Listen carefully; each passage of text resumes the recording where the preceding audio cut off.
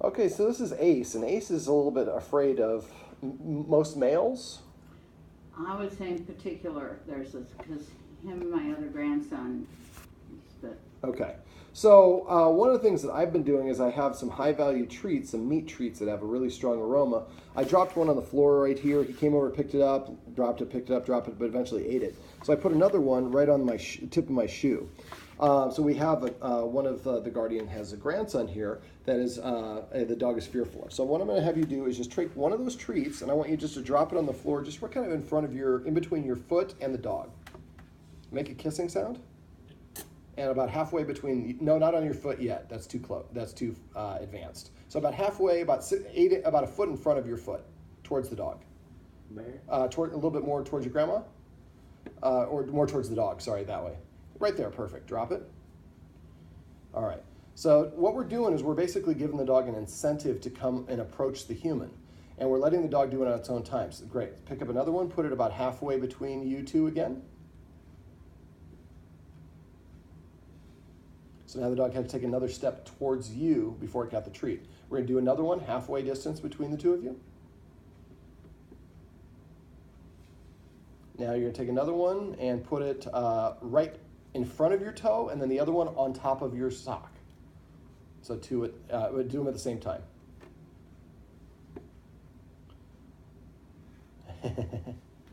There we go. So it's more challenging to take it off of your foot. So that's why we put one right next to your foot that's easy. And then while I'm already here, I might as well take another one. So normally I'm guessing that Ace doesn't hang out this close to you. Sometimes. Sometimes? If you're laying down? Okay. So part of it might be a height issue because he is a little dog. But now he's looking up at you. Let's give him a couple more treats. This one, just hold it out with your hand. Perfect.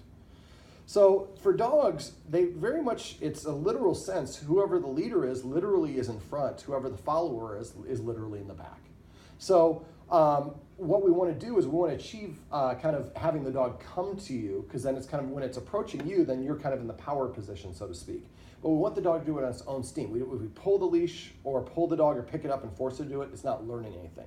So this day, I'm still filming it. You'll be able to watch this later on, but he's just looking up at you, waiting for you to give him another treat. So go ahead and give him another one. And hold it kind of right over your foot, so he's got to take a step towards you. A little bit closer to him. There you go. So dogs get over things by literally moving forward. What we're doing is orchestrating a scenario where he has to literally step towards Chance, and then every time he does, he gets a really high-value treat.